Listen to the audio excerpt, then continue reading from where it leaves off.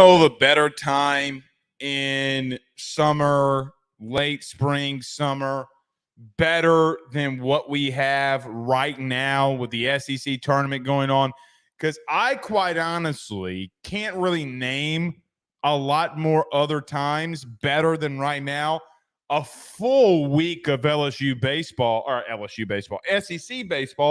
and you got a little bit more of LSU baseball because this morning the LSU Tigers took it to the Georgia Bulldogs and were able to win. They advanced. They play Kentucky tomorrow at 9:30.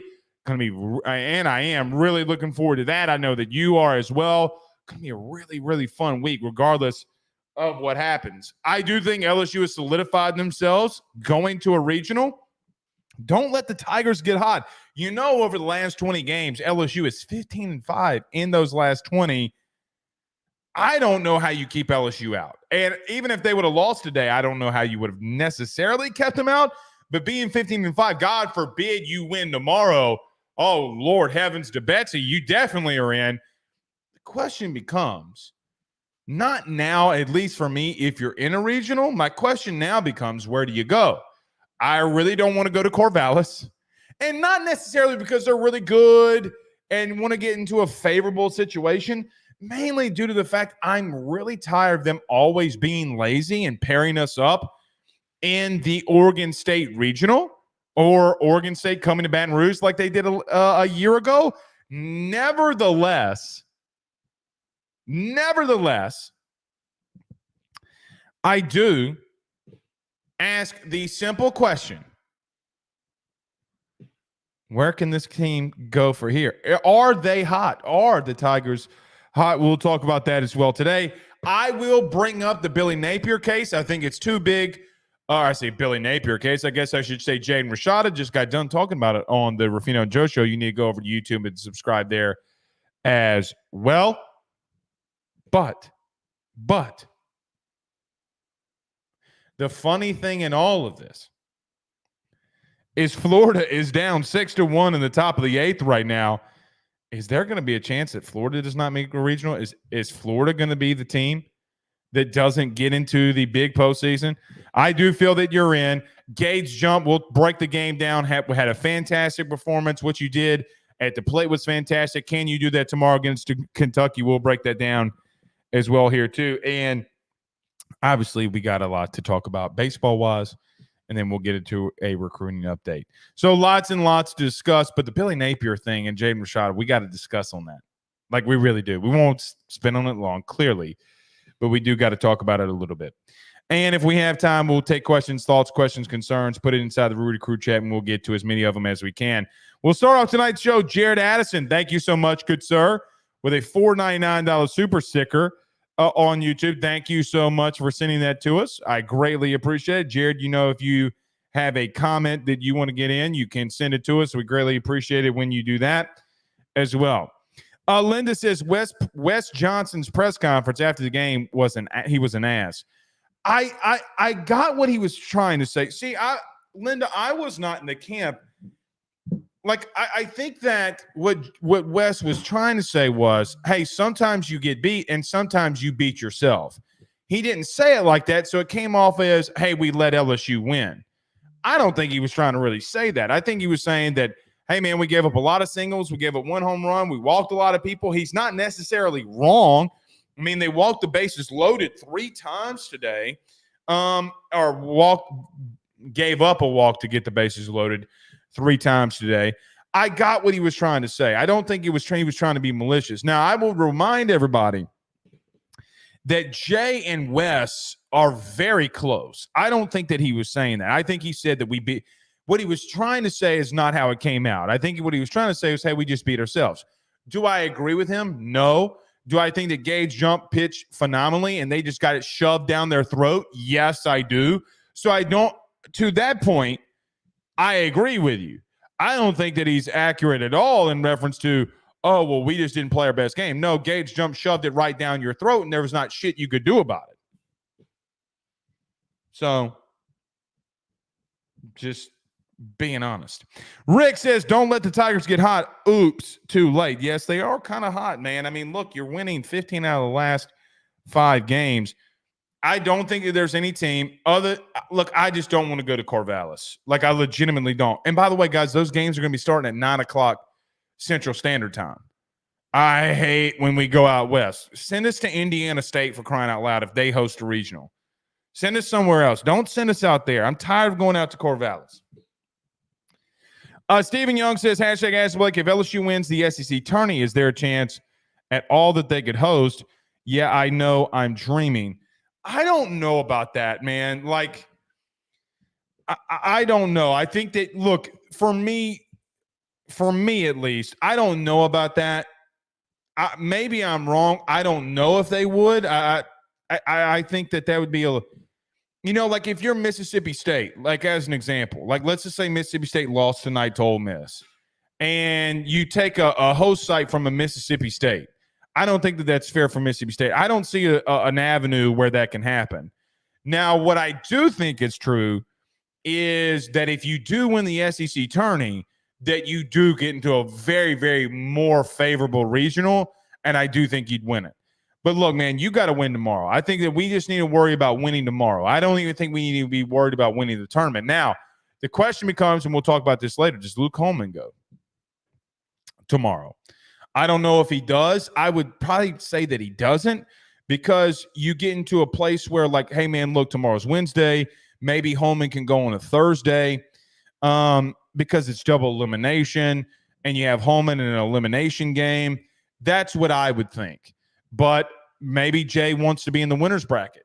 I don't know. I don't know how he's going to play it. But I saw a lot of people, and we talked about this yesterday.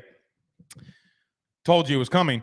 But we talked about this yesterday as well. I saw a lot of people in our media corps saying, oh, it's very risky to throw Gage Jump today. God, you look such like an idiot. And I told you yesterday that you would look like an idiot. And then here we are today. You look like an idiot. God, y'all got to pay attention to who you're listening to on this beat when it comes to baseball takes. Really, you do. We are in and could get a number 2 seed. Well, if you wanted, you'd probably get a 2 seed. Right?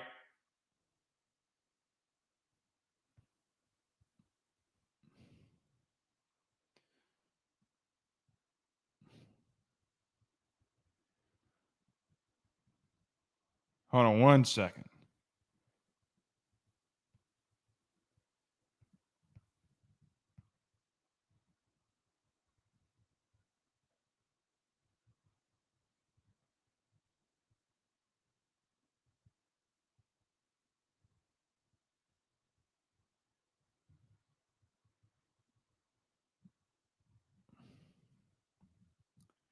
All right. Sorry for everybody on the audio. People on the on YouTube can see us.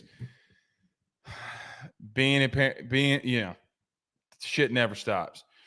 Rian on YouTube says D1 baseball on Monday had LSU projected in Stillwater Regional with Oklahoma State, Dallas Baptist, and Lamar.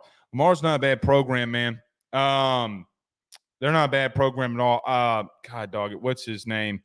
The head coach there. He was an LSU guy. He was at LSU for a while. Was the coach of the year. That'd be a tough regional with those 4. I saw today, though, Baseball America had him in Corvallis. So Baseball America is normally a little bit more accurate when it comes to that stuff. At least they have been. They have like an 85% hit rate, I think. David Woodard says to keep Condon from getting a home run was big today. Well, not only that, I don't think Charlie Condon hitting a home run was as big as breaking his 24-game hit streak, right? Breaking that is bigger than anything. So, yeah. Rick says, with Bama and Florida losing, there goes 2 of the SEC teams tied at 13 SEC wins. Well, Florida's, they're technically hadn't lost yet, but I get what you're saying. I do notice that. Do y'all notice right there by the SEC sign? I'm watching it in the studio here. They have a very interesting sponsor. I hate the fucking green base. There, I said it. I hate the green base. I hate it. I loathe it. I freaking loathe it. There, I said it. Paul says, late again. Sorry, termites were swarming, catching what I can. Man, them things is out there. They were out of my house. And Paul and the guys over at J&J Exterminating came out. Y'all they're everywhere, man. They're everywhere. I'm telling you, man, y'all need to call J&J Exterminating and get that thing fixed. Craig Granger says, my old-ass dog bit a UGA fan this morning. The pun in that is so funny. A dog bit a Georgia fan. So the pun is so good there. G-Man says, if Jump can pitch on 4 days rest, I think Holman needs to do the same. People aren't the same, man. People aren't the same. So, yeah, I don't know. I don't know. Dre Drizzle on YouTube says, either way, if you save Holman, there's a chance you could find a way to piece it together tomorrow and hope you get the win, and you would have Holman for the winner's bracket game. Yeah, I mean, it doesn't really matter. Now you're in double elimination. So losing tomorrow isn't a death knell. I don't think it's a death. I mean, losing the tournament's not a death knell for you. But I what I'm just saying is, and we're going to discuss this. I just don't know what Jay's thought process is on that. Maybe he does go, and maybe he does. I will tell you this before we get rolling. Don't think that Kentucky team forgot about last year at the box. Don't play around with them. Guys, there's a reason they shared the SEC championship. They're a really good team. And people say, oh, it's just Kentucky. They're having one good year. Yeah, they're really freaking good. That's why. Don't play around with them. Don't play around with them. All right, let's get rolling. Everybody do us a favor by hitting the like and share to all those groups on Facebook, wherever you're listening to us on podcasts. Rate, review, and subscribe. Watching us on YouTube, subscribe, hit that notification bell. We greatly appreciate y'all doing that. Talk about our good friends at betonline.ag, our good friends over at J&J Exterminating, and our good friend Tyler Alexander over at LPT Realty. Before we do that, though, man, I told you, y'all saw this on social media yesterday. A lot of people are buying these melon hats. Guys, it is the best hat overall. I promise you. Melon.com/AYS. That's melon.com/AYS, promo code AYS for 30% off. I know Adam got one. I know Ryan got one. Guys, I promise you they're the best hats on the market. Water resistant. Well, I shouldn't say it like that. They're really good in the water. That's what they're built off of. If you drop it in the water, you're on the boat, they're going to float. On the boat, going to float. Guys, these hats don't stink when you sweat in them. I was out there the other day with Ben at the T-ball game, was sweating my big ass off, and I am telling you, this hat was fantastic for that situation. Go over to melon.com/AYS. Use that promo code AYS to get 30% off of your order. We're back next. Stay with us. BetOnline is the fastest and easiest way for you to wager on all of your favorite sports, contests, events with the first-to-market odds and lines. Find reviews for all the news for each league, including Major League Baseball, NFL, NBA, NHL, combat sports, college sports, esports, and even golf. BetOnline continues to be the top online resource for all of your sports information for live in-game betting, props, and futures. Head on over to BetOnline today and use your mobile device to join and make your first sports bet. Use our promo code BELIEVE50, that's BELIEVE50, BLEAV 50, to receive your 50% off welcome bonus on your first deposit. That's betonline.ag, betonline.ag. He will sell your house and find you a new. Well, Tyler's the man, he's here for you. If you want to buy or sell, well, it's not too late.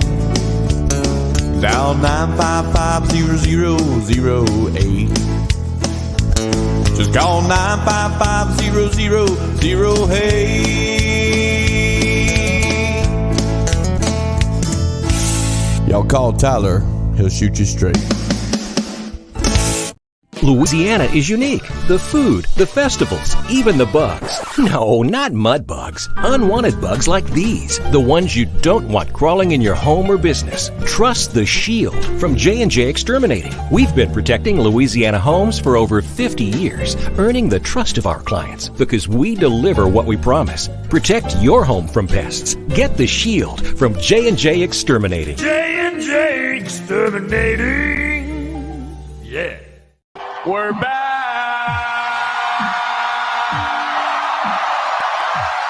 All I'm going to say is this. Things aren't always as they seem. And I know that there's one buddy of mine that watches this show that is going to text me probably later on the night. What do you mean? And all I'm going to say is on episode 937, just remember, not always things are as they seem. And that's a good thing and a positive thing for LSU. All right, let's get rolling. Everybody does us a favor right now and hits the like and share. Stop what you're doing, hit the like and share. So, LSU baseball today versus Georgia took care of business. Now, a lot of us have had the conversation, does LSU get in with only 13 SEC wins? Well, we'll never know because today they do beat Georgia in game 1 in Hoover. Let's start off here. Man, what an absolutely exceptional day for Gage Jump. Guys, he's your ace. Clearly, he is your ace. When we talked about on yesterday that I thought that Gage Jump would go, now I did not know, and we had discussed, does he go on 4 days rest? Jay comes out today and said we had been prepping him for this for over the last 3 weeks. I had a discussion, I'll just tell you, because we talked about it all day pretty much yesterday about him going today. I had a discussion about a week ago that there was a plan in place for him, especially after the rain out this past week versus Ole Miss, that he would go today and that Jay was going to put a very big emphasis on getting that first win in Hoover because he thinks that once he got into the second round and this double elimination, that he's going to win another game, and at worst, he goes 2-2. I do think that there's a little bit of emphasis of maybe winning this thing and getting into a better spot. That's neither here nor there. But today's performance on 4 days rest by Gage Jump was absolutely exceptional. Now, he did give up the run. He did give up a couple of hits. He got roughed up early in the game. But what makes an ace and what makes a guy like Gage Jump so good, and what makes, quite honestly, LSU a little bit dangerous here going into the postseason is because I don't know if there's going to be a lot of teams that you'll face in the postseason outside of the SEC that has a better 1-2 punch than Gage Jump and Luke Holman. I got to be real with you. I had a conversation, like I said last week, that he would go today. What I did not envision was him giving you that strong of an outing, 7 innings, over 100 pitches, 105 pitches, and on this last pitch, 94 miles an hour. And I wrote this down to start the game. His first pitch, 93 miles an hour. You think he was trying to get him out there? And it's funny, Gage Jump at the end of all of it in the postgame said that when Nate Yeske came out and talked to him before that last pitch, Yeske asked him, what do you want to throw to him? How do you want to get him out of here? And he goes, I'm going to throw the fastball right past him. And he does. And an exceptional outing. Nate Yeske, speaking of him, has taken a lot of criticism this year. And I have tried to settle people down. I mean, this is a guy that has 3 national titles as a pitching coach underneath his belt. I don't think that he has forgot how to be a really good pitching coach. Do I think that he's had moments where he's not had success? Yes. Do I think that it was warranted to call for his firing? No. What I do think that you're seeing is you played a brutal schedule to start off the SEC, and then you had some favorable matchups. A young team, an inexperienced team, finally had some favorable matchups. And guys, you went 15-5 over your last 20 games and beating at the time the number 1 team in the country, Texas A&M. 2 out of 3, which is phenomenal. Then you come in and beat a 17 SEC win Georgia, who, by the way, that might be one of the better offenses that you will see this season. So Gage jump, Nate Yeske, I thought both. I thought the pitch selection and pitch calls was fantastic. I thought Gage jump executed perfectly. And guys, you're seeing a guy coming off of an injury that has been exceptional. And now that all of the rust has been knocked off, he has been really stinking good. I did not expect 7 innings, though. I did not expect 7 innings, 7 Ks, and shoving it down, arguably one of the better offenses in this conference. Locking down Charlie Condon was a big deal. Him going 0 for 4, snapping a 24-game hitting streak. Guys, he did that in the SEC. And let's not act like doing that in the SEC is anything to sneeze at. That kid is really good. He might be the best prospect in college baseball if it's not Jack Caglione, whose team just currently lost to the Vanderbilt Commodores. But not only that, guys, I mean, look, they have a lot of guys in this lineup that are very, very dangerous that you took a hold of and were able to do really good things. You know, Collins, the leadoff guy, the first baseman, guys, he came into the day hitting 375. You know, I look at Charlie Condon, who we talked about, Phelps, who is the right fielder, guys, he came into the day hitting 365. The guys that you face and the guys that Gage Jump was able to lock down is nothing short of highly impressive. Guys, you might not see a better pitching performance. I'm being honest. A better pitching performance this season based off of the team that you played than what Gage Jump gave you today. Phenomenal job on everything that he did. Like we said, did he kind of get touched up a little bit in, the second inning? Yeah, he gave up the run. Carter got the line drive. Gonzalez had the RBI single in between the 5 and 6 hole. That was the only time that he got into any kind of trouble because it comes into the third, shoves, 1, 2, 3, gets Condon Phelps offered. He goes into the bottom of the fourth. Ground rule double in the right field that was misplayed by Ashton Larson, who definitely made up for it later in the game. And let me stop right there for just a second. Am I the only person that thought that Ashton Larson was concussed, got knocked out for a second? I can't be the only one. Thumbs up, thumbs down in the chat. I legitimately thought he got concussed. And I honestly think that's why Jake pulled him.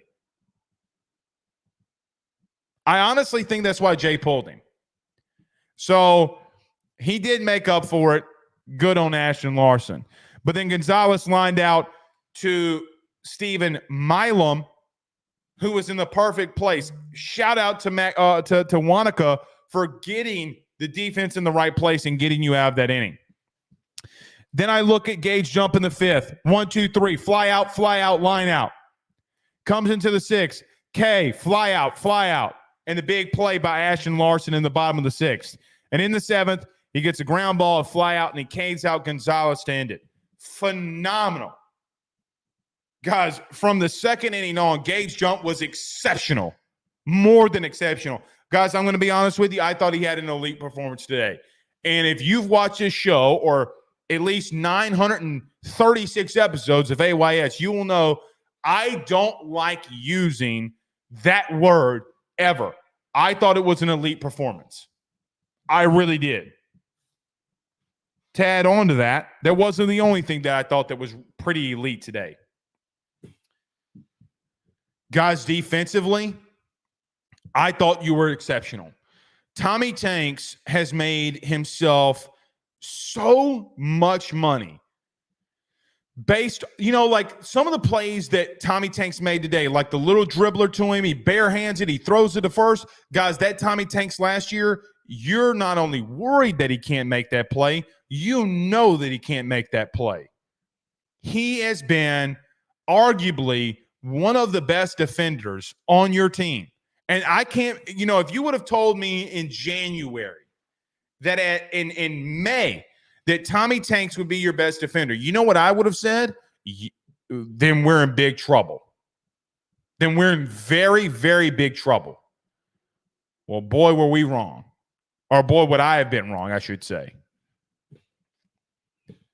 But not only his play, Mac Bingham's diving catch, Ashton Larson's catch, Stephen Milam took away a base hit with a really hard ball. I think Georgia posted the exit velocities. Stephen Milam took away a hit back up the middle. It left the bat, and yes, can y'all pull that up? It left the bat at 105.5 miles an hour, and he takes a play away, even though, the green base was throwing me off on that one. That's neither here nor there. So not only did you pitch at an elite rate today, I thought defensively you played elite. I thought that even the play at the end there by Milam and Braswell to turn that double play was as smooth as butter. Which wraps me up to this. Now, we haven't talked about the Tigers at the plate. We'll get to that in just a second. But when you have pitching performances like you saw today, when you have elite defense like you saw today, I told you this on Thursday. I told you this on Friday when you and I discussed. I don't care what the score is when I say this and when LSU wins. Guys, I truly, truly believe that since last Thursday until now, the sense of urgency for this team has skyrocketed. Whatever they're doing or whatever they have done, mainly due to the fact that their season was on the line, the sense of urgency on everything that needed to be done has been done. Now, the problem with that is this. You won today and you feel pretty damn good that you're in the regional. You feel really damn good with having 14 SEC wins that you're in. Do not lose that sense of urgency. I got to be honest. I tell you this all the time. So many of you disagree with me. I'm in the minority. And you know what? I know that I'm in the minority, and I probably shouldn't have this feeling, this thought, or this take. So if you disagree with me, I'm not going to really say anything because you probably should.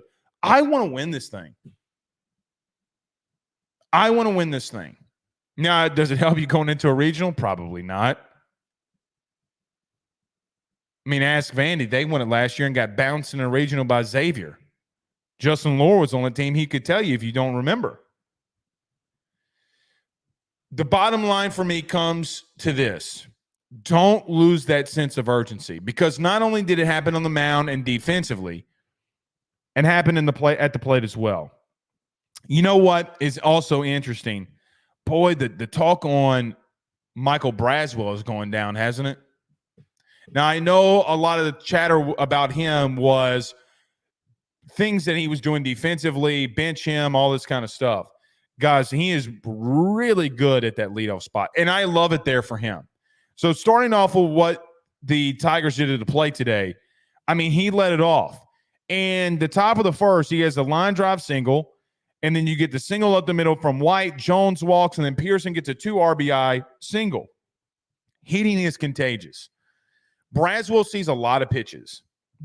And I think having him there and having White behind him, which Braswell has been, who had 3 hits today, by the way, all singles, but having 3 hits today, it really solidifies that you're going to have to throw to him because Tommy White's right behind him. And I think that that's helped Michael Braswell, who continues to hover over that 300 mark. If you get that performance from him, that I would not move Michael Braswell out of that leadoff spot. And it brings to my point to this about Braswell very quickly. Guys, this is why in baseball you can't say bench a kid. Bench him, bench him, bench him. We should have learned so much from Jordan Thompson last year. You know, it's funny how these things go. Do I think he's an all-SEC guy? Not really. Do I think he's a really decent and really good player for college? Yeah, I actually do. Because he, multiple times today, gave you really good play. He started off with it all. But I thought you came up with some clutch hitting too. Pearson, as we talked about, had the 2 RBI single in the first. which got you on the board and kind of put the pressure on Georgia, which I kind of felt like, man, every time you can come out and score first, it's always going to be a massive deal. But then Braswell comes back up in the second inning. He hits a single back into the 5 and 6 hole. White singles in the right center field. You get a walk by Jerry Jones, and then here comes Josh Pearson again, who have a day Josh Pearson does his job, hits a ball to the right side of the infield, scores another run. You go up 3-0. Travinsky would wind up grounding out. Now, the bottom of the third and the bottom of the fourth, or top of the third and top of the fourth, you went 1-2-3, 1-2-3. And I got to be honest with you, I got a little nervous because I'm like, look, man, teams like Georgia that can hit and can do a lot of things well at the plate, you got to put them away. But, man, did they do that after the third and fourth coming into the top of the fifth. Pearson doubles in the left field. Milam hits an RBI single. Bingham hits a single right back up the middle. Larson walks, and then Alex Milazzo gets an RBI single. Thank you. Thank you. When you're able to do stuff like that, that is winning baseball. So you have 2 innings where you're unable to really do anything. You come back and respond in a big way. Then you get to the top of the 7th. Larson walks, Milazzo walks, Braswell RBI single. And it just felt like after the 5th, every time you came to the plate, you were going to add one. Milam would come up in the 9th and hit a bomb. It was just an overall great day. If that team shows up, if the team that we saw today shows up, guys, you're going to be hard to beat against anybody. Anybody that you're going to see in this tournament, anybody that you're going to see in a regional, you're going to be exceptionally hard to beat. The only thing that I'm worried about, and the biggest thing that I'm looking forward to tomorrow, is one thing. Do you have that sense of urgency? And if you do have that sense of urgency, like you've had since last Thursday, guys, not only do I think you can win tomorrow, I do think you're talented enough to win this whole damn thing. Not the whole damn thing and winning the national title. I'm talking about the SEC tournament.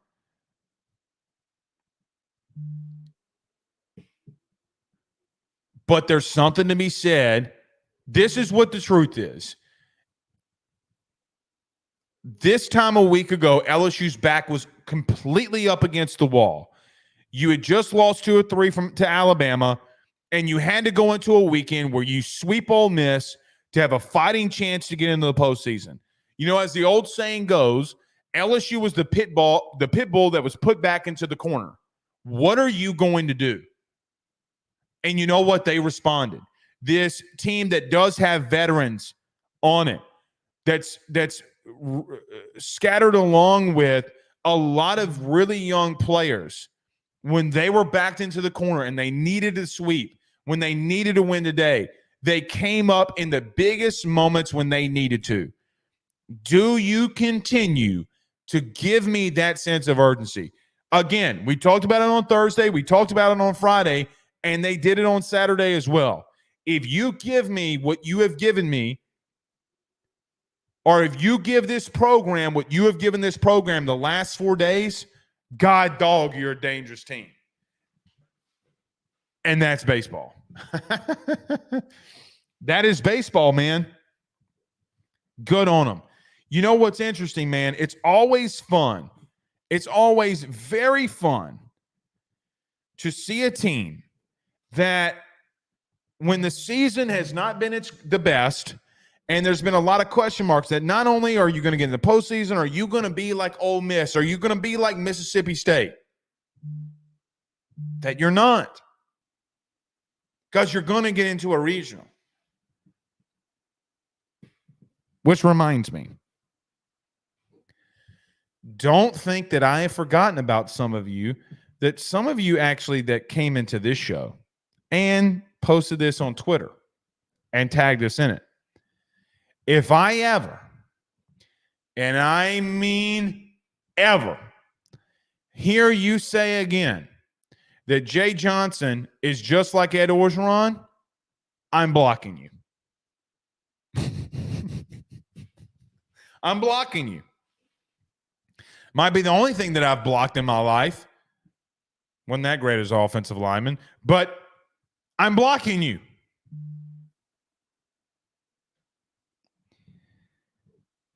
Guys, Jay Johnson is a fantastic coach. Exceptional. Guys, Orgeron, here's the truth. Orgeron didn't give a shit. Jay cares too much sometimes, I think. Jay is going to give you every bit of sweat, every bit of blood, everything in his body to make this program elite.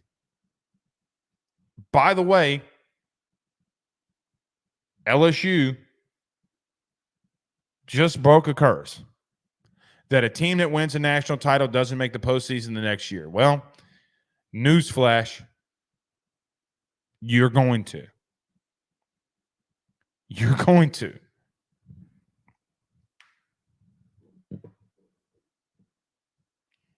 So, yeah. All right. Couple of comments. Craig Granger says, tell him again. All right, let me tell him again.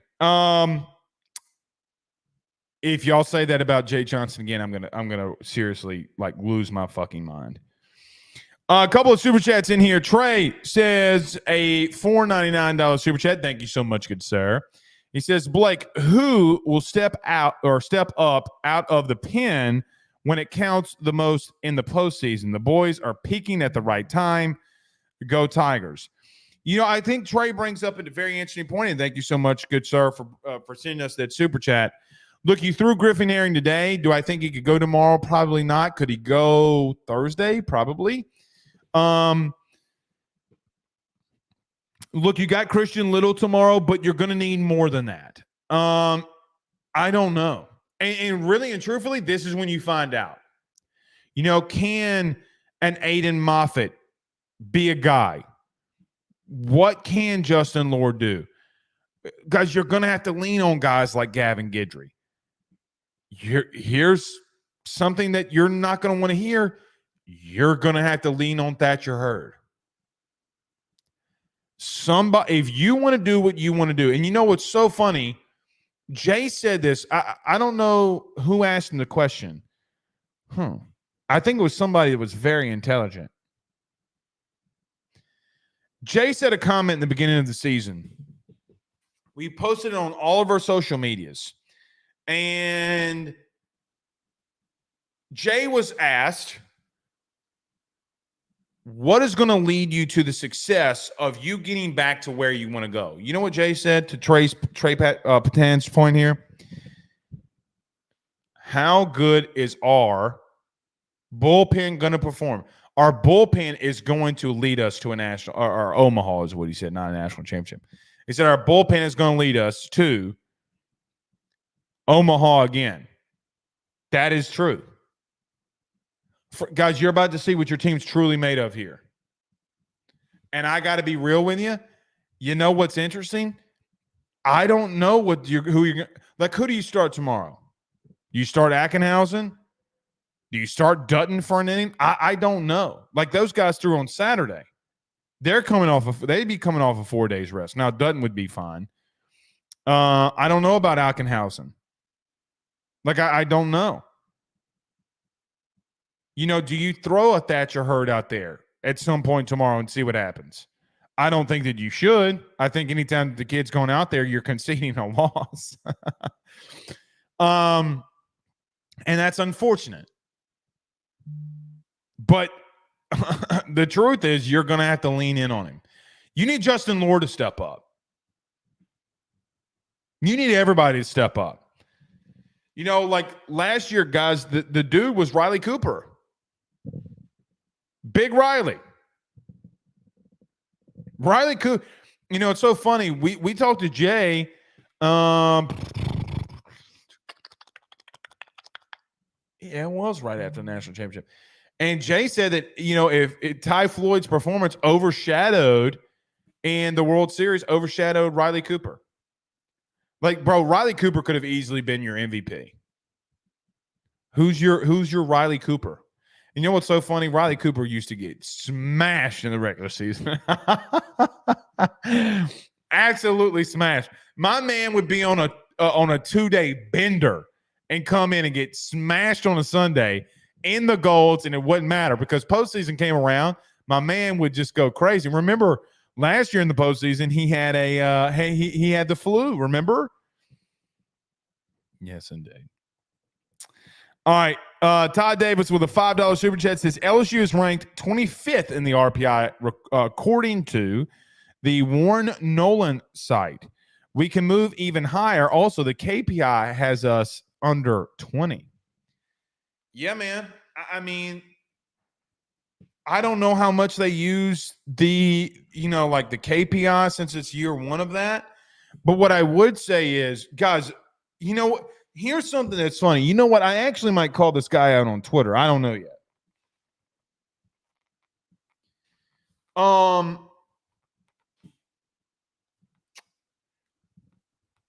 do I want to say this? You know what's interesting? Jay said that he felt that they were a top 20 team in the country last week. Actually, he said it on Saturday. And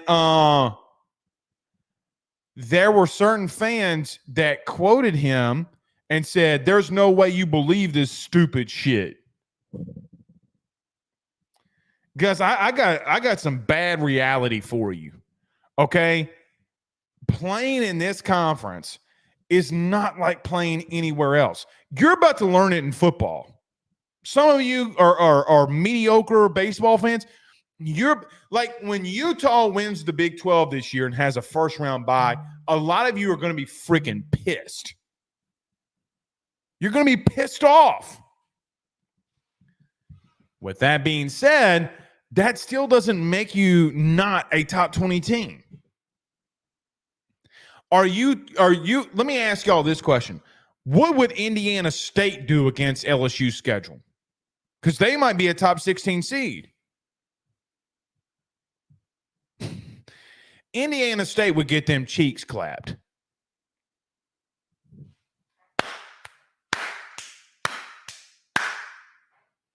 I mean, they would get patty smacked. And here's the truth. Deep down, you know it, and I know it. They get them cheeks clapped.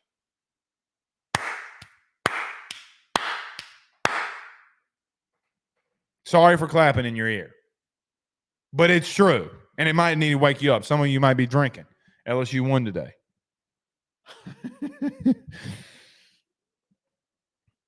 Oh, yes, indeed. Yes. All right. Oh, man. Patty smacked. Cortland Jacobs says, I was probably the first person to say hire Jay Johnson during the job search. I spammed everyone's YouTube chat. I remember this. Saying hire Jay Johnson. He's a great coach, and he's just getting started. I remember that. I fully remember that. Fully remember that. Alfredo Guzman. Now, that's a hell of a name there. Says, go Tigers. Great win today. Getting hot at the right time, hopefully. I'm an O2 alum all the way down here in Nicaragua, but bleed purple and gold. Good to have you in here, Alfredo. All the way from Nicaragua. I bet you don't Nicaragua, don't y'all be having them beaches? Speaking of cheeks being clapped. But yeah. Stephen Young says, y'all about to find out what some of the SEC teams are about to do against regional hosts from other conferences. Oh, you gonna find out. You gonna find out. Bad baby.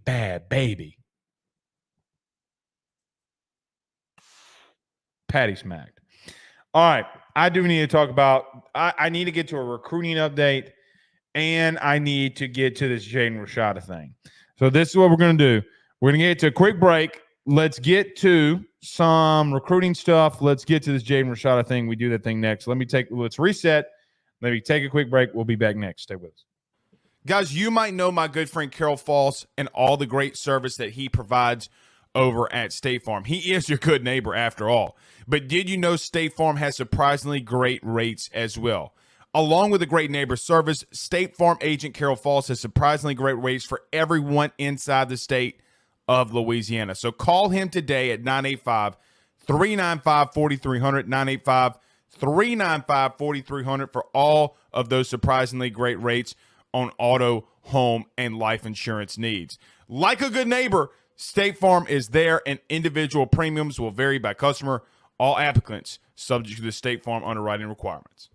By the Drake Williams Law Firm, drakewilliamslawfirm.com. Whether you've been injured in an accident, you're preparing for a future with your estate planning, you're getting ready to close in on a real estate deal, or you're about to welcome a new addition through adoption into your family, or you're facing criminal charges, you need very experienced attorneys, and that is what the Drake Williams Law Firm will be able to do for you in navigating the legal system. The door to their cozy office in historic downtown Ponchatoula has been open since 1981.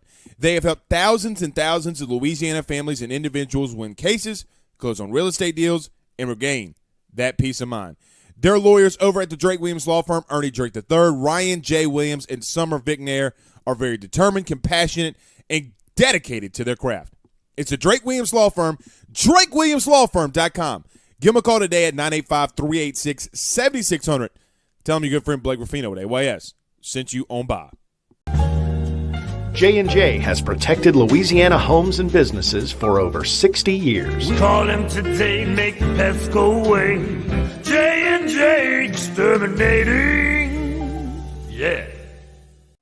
Ruffino and Joe Show is brought to you by Homefield Apparel, which is the best, without a doubt, premium collegiate apparel brand that is out there. They have over 150 different colleges that you can choose from, whether you're an Illinois fan or a Rutgers fan, maybe you're an LSU fan like Blake, or maybe you're an Alabama fan, whatever it is, even Idaho. They have so many different designs for so many different football programs that I can guarantee you're going to find some great stuff to help root for your favorite team.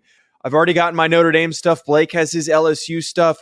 Make sure you head on over to homefieldapparel.com to check out your team's collection of clothing apparel that they have on the website. And when you do so, when you check out, make sure you use promo code RuffinoJoe to get 15% off your order. That is RUFFINO,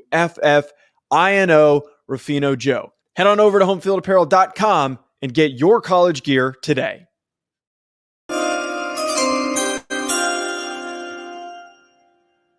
So Billy Napier and Jaden Rashada are back in the news. Well, they never kind of really left if you're a college football fan. But today, Jaden Rashada is filing a lawsuit and suing Florida head coach Billy Napier and other boosters that allegedly promised him over $13 million of NIL money to go to the University of Florida. In the lawsuit, they state that Billy Napier promised him $1 million to sign his letter of intent to go to the University of Florida, and that they would be doing a wire transfer if he committed and signed that day. An agent was involved and told Jaden Rashada to sign, and that Billy Napier, and I'm quoting here, was good for it. Now, everybody knows what happened. Jaden Rashada didn't get that money. He wound up going to Arizona State last year. A lot of things fell through, and there's no telling what we're going to find out. But it does not stop the fact that Billy Napier, a sitting SEC head coach at a pretty prominent university, has been sued. Now, let me start off by saying all of this because I think it's very important. All of these things that Jaden Rashada issued or are listed in this lawsuit are alleged. Do I think a lot of it happened? Actually, yes, I do think a lot of it happened. But I also want Billy Napier to be able to defend himself, even though that his school isn't even really helping him, and coming out with a statement today to the University of Florida and saying, hey, man, I'm paraphrasing, but hey, man, we weren't issued in the lawsuit. Ain't nobody say nothing about the University of Florida. That's on Billy. Billy going to have to do what Billy needs to do to get up out of this. We ain't getting tied up into this. Here's the truth. As I say all the time, quote unquote, now this isn't a criminal case, I want to say innocent until proven guilty. Now, I have my opinion. I think they did it. But I want to see how Billy Napier and company defend themselves here. There are a lot of things that have moving parts. And I think a lot of things people say, well, Billy, it was fraud and all this kind of stuff. I don't necessarily disagree. But that's how business works sometimes too. I'm not saying that Jaden Rashada is at fault here, but when you are playing with that much money, you better have all your I's dotted and T's crossed before you sign on a dotted line. You might want to need to get some money before you actually do. Now, what I do think in all of this, now it's a big news today, what I ultimately do think comes of this is pretty simple. I think Billy Napier and company are going to settle. Regardless of what happened today or what's going to happen in the future, I do think that they settle. I don't know how much they're going to settle for. Maybe $1 million, $2 million, who knows? But I do think that they settle. I think it's very unfortunate for Billy because I think Billy was told that from boosters that they would do something to get this kid here, and they didn't do it. And I do think that that's unfortunate when you have a head coach who's saying, hey, man, they want to give you this money if you come here, and they don't do it. I do think Billy was a little bit sleazy in telling the kid to sign and we'll give you $1 million, and they never did. And the next day they sent him a termination letter. Now, if you hadn't read all of that, I really encourage you all to do it because I'm not going to sit here and read it to you. You should know about the situation by now. Guys, it's been happening since December of 2022, and we're in May of 2024. You should be pretty well versed of what's going on here. But that's not a part of my Ruffino's rants. And I'm going to put a different spin on this. And I can't believe that I'm the guy that comes out here and has to say this, but I'm going to be. You know, about 6 months ago, we came out here and said that when Tennessee got into all of their legal battles with not even 6 months ago, maybe 4 months ago, when they got into their legal battle with the NCAA, I said, guys, this is going to come back and haunt college athletics. Don't go out there rooting for Tennessee, because if you go out there rooting for Tennessee that they win this court case and that the NCAA is abolished, who is going to be the person out there, even though the NCAA is horrible at their job? At least you have some form or government or body that has some rule of order on things that they could do. Now, the only thing that the NCAA did was that they opened a case against Jaden Rashada and the University of Florida, which I guess got thrown away because of the Tennessee stuff.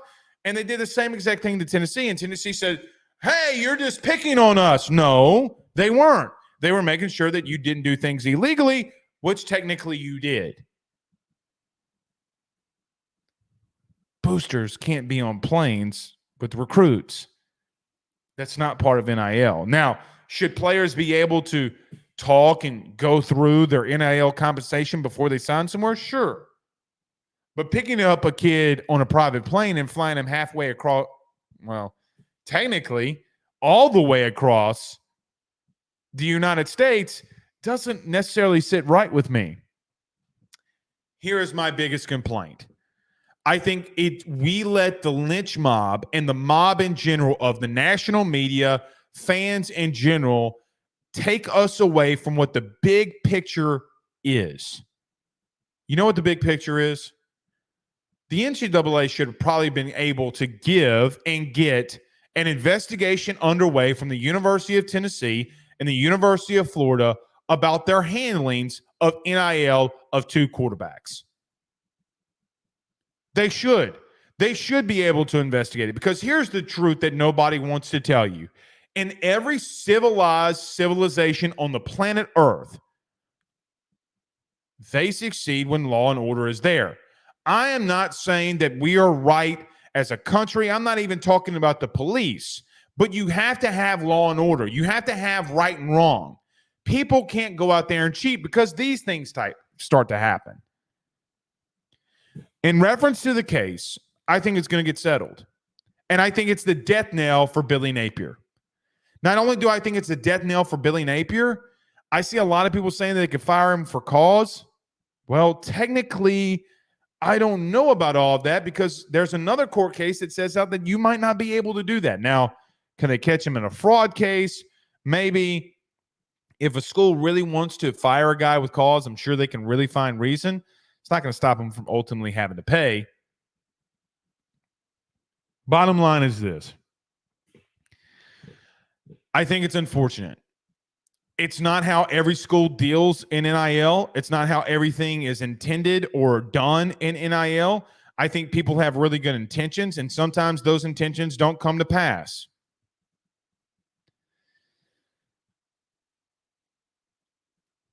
I will end in saying, though, like I started off, Billy needs his quote-unquote day in court to defend himself. But I will say something doesn't – the smell test doesn't pass with me on all of this. Now, the Rashada camp came out and said that they had audio. Now, if they come out with audio, I will walk back my statement, and I have no problem doing that. They said that they have audio recordings in reference to these type of dealings. Something still doesn't smell right, because why were you taping people and still sign your letter of intent? So you had questions about them, which made you start recording them, but you signed anyway.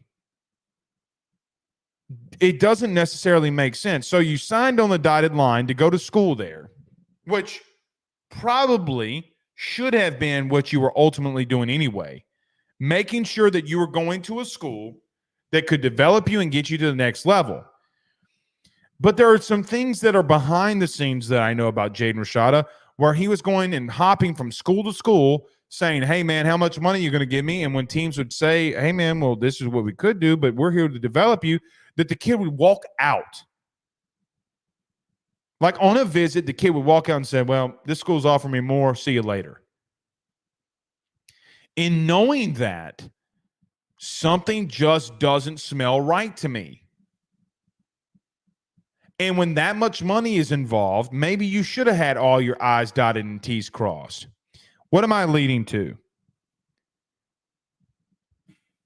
What if it, stay with me, I do start asking the question, if you were recording all of these people and still signed this letter of intent, number one, why did you sign it?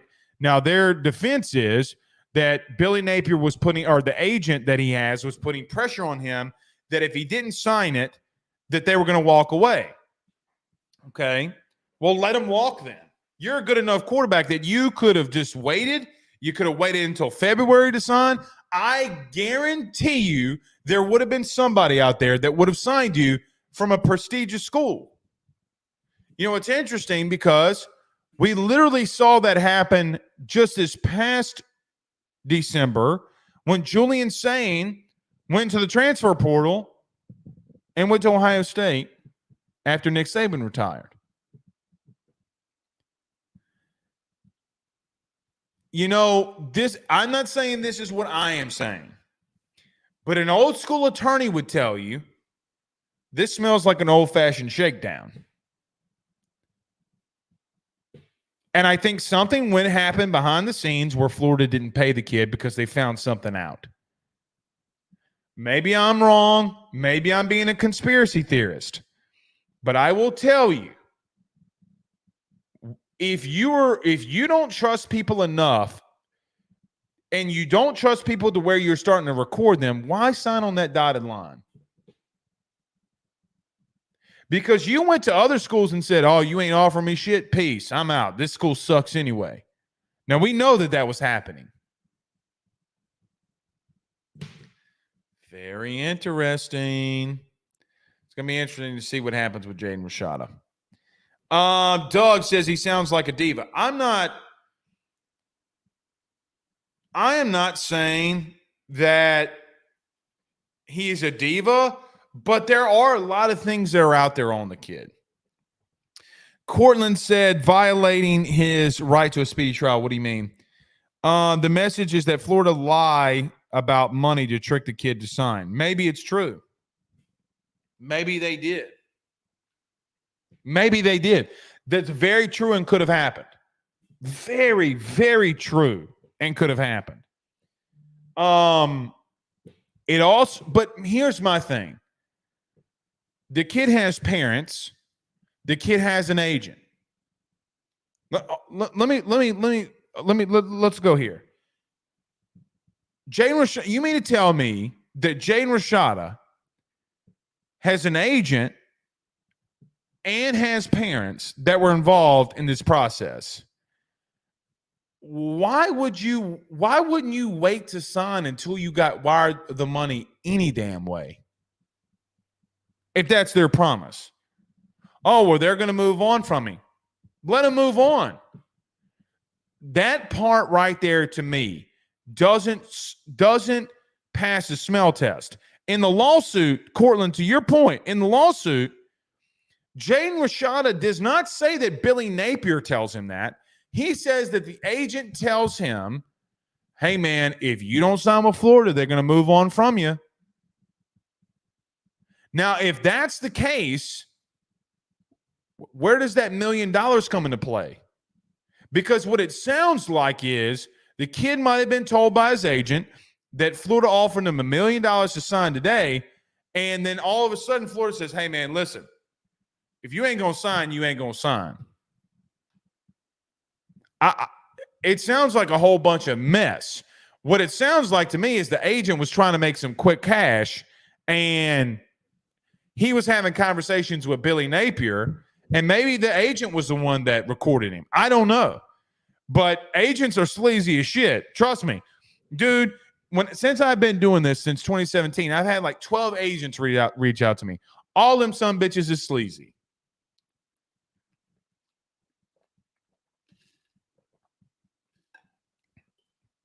All of them are sleazy.